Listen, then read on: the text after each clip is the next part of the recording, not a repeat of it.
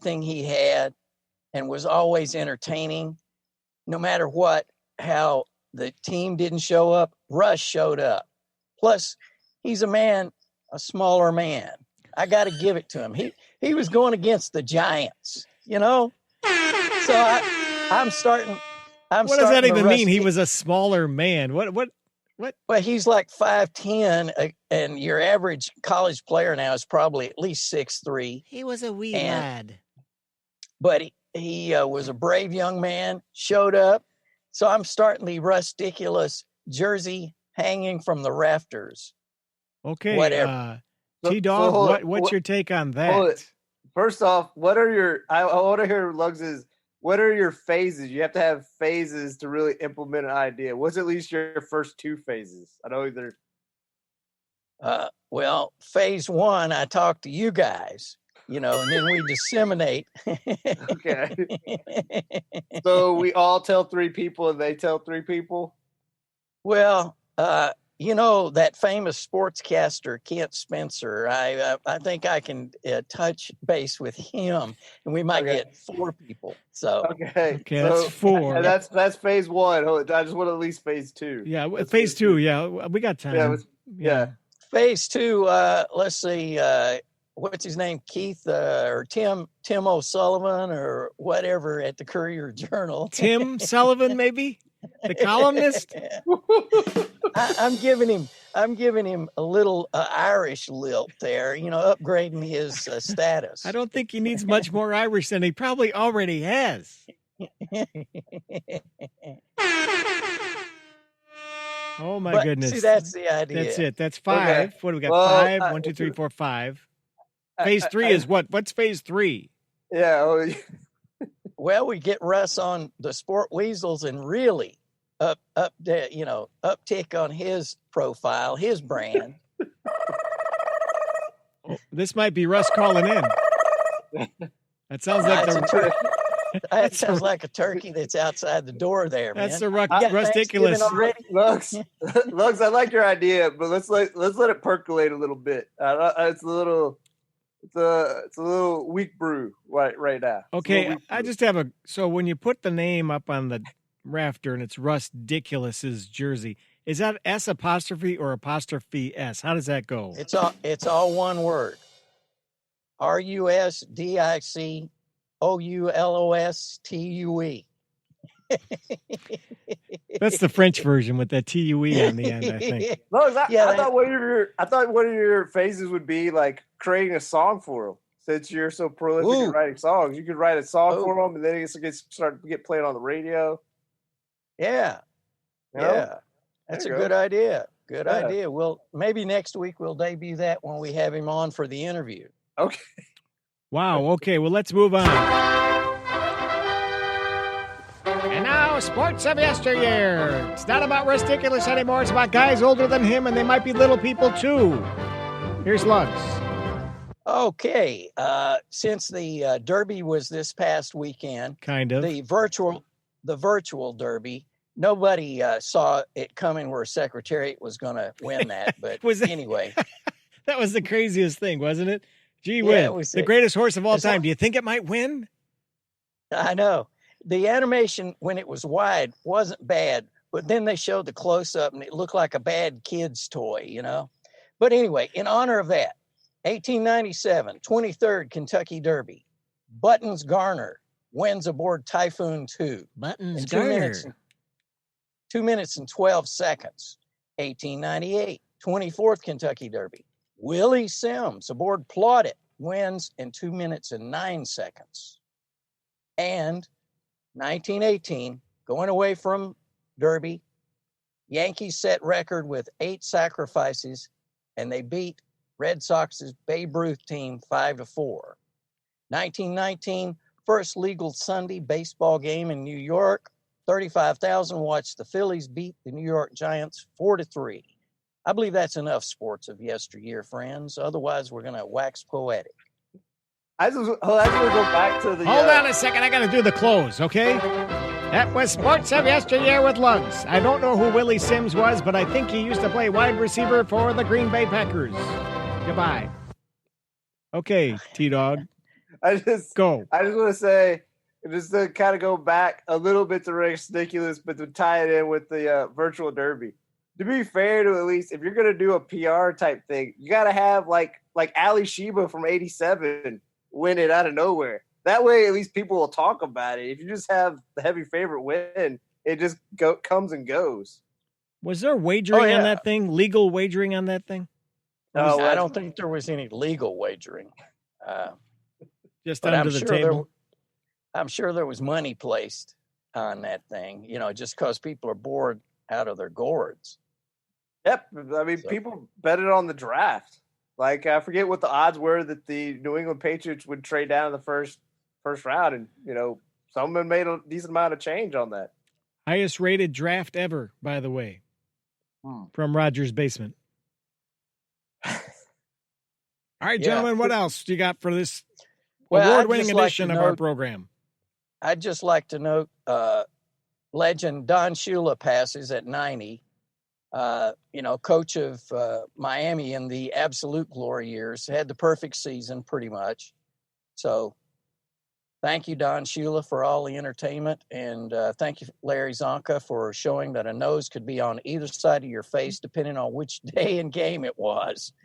And I miss Mercury Morris. I miss Jim Kick.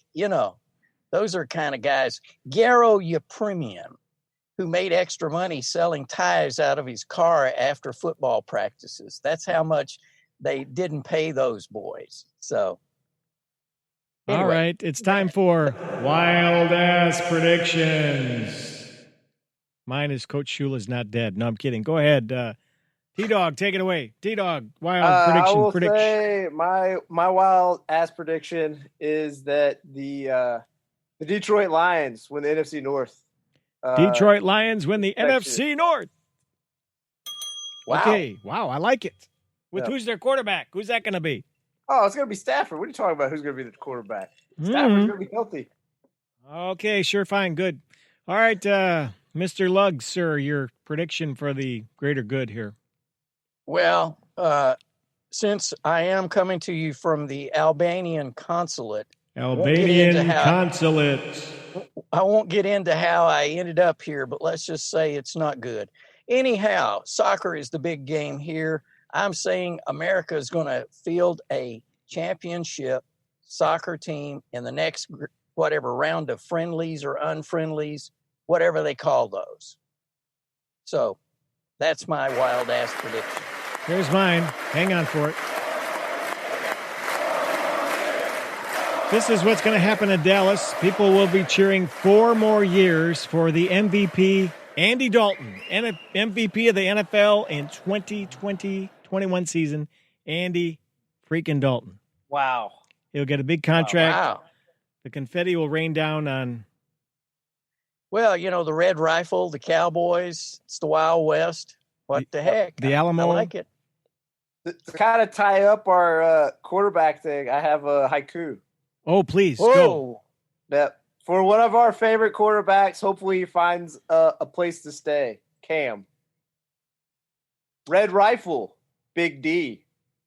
Famous Jameis, Big Easy. Newton, Big Trouble. That is awesome. That is really good. You're right. He's still without a country, isn't he? Yeah, he's not going to play this season, I don't think. Is that your wild prediction? Extra innings? Sure. I mean, I hate to say, where's he going? I mean, where's he going? I mean, who's got a house at the inn? I mean, where does he even fit in? I mean, do you go from... I was just going to say, I would say there's an outside chance of the Cardinals, maybe. Yeah. Just because that offense is set up sort of for what Cam is used to playing. But I don't know that he physically could do it now. I just don't know. He's had so many injuries. The one place is intriguing, and obviously he'd be a clear backup, and obviously he's not the same as this guy. He's nowhere near as good a passer as this guy. Seahawks? Did Seahawks pick him up as a backup to Russell Wilson? I mean, I like that. He could be the Yeah. X factor there. Yeah. See, I don't know if. What if you lined up what you Russell and Cam in the same backfield?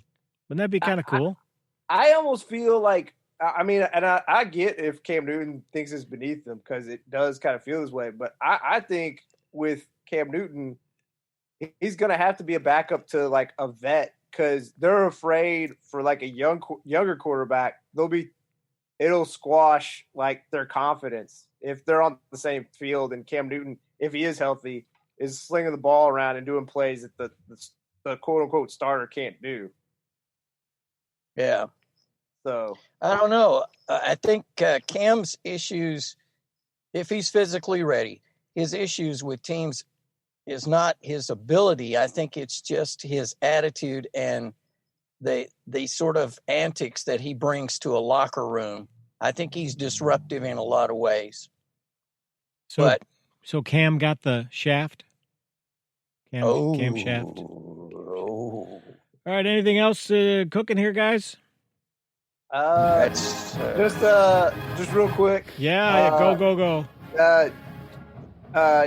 I got all day. James Devlin, fullback for the Patriots, who was very important to their last title run. He is retired because of complications with his neck.